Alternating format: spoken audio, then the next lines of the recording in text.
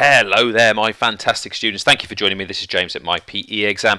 And look, we should already now have a pretty decent understanding and idea of distance time graphs or displacement time graphs. We're now going to have a look at velocity time graphs. And these, I think, can in some ways be a little more testing for us, a little more challenging for us. Let's see if we can kind of grasp the idea of what we're talking about. I want to first of all illustrate to you an object which would be moving at constant velocity on a velocity time curve.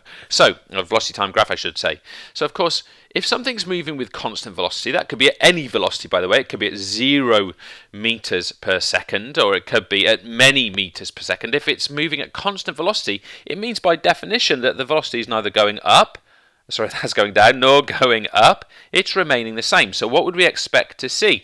That somewhere from some origin point along this velocity curve, we would have effectively a flat line as time progresses because the velocity is constant. So that's a fairly simple one for us. What then would we say, or how would we illustrate a body which was accelerating? So let's see if we can show acceleration. So that is, the rate of velocity is increasing as time progresses. So we want to see greater velocity as time progresses. So of course what we're going to find here is that the curve is effectively going to steepen.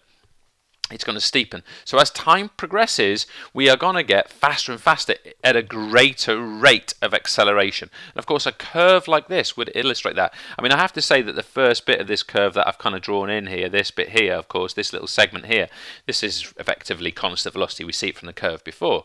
But we now have the illustration of acceleration within the majority of that curve.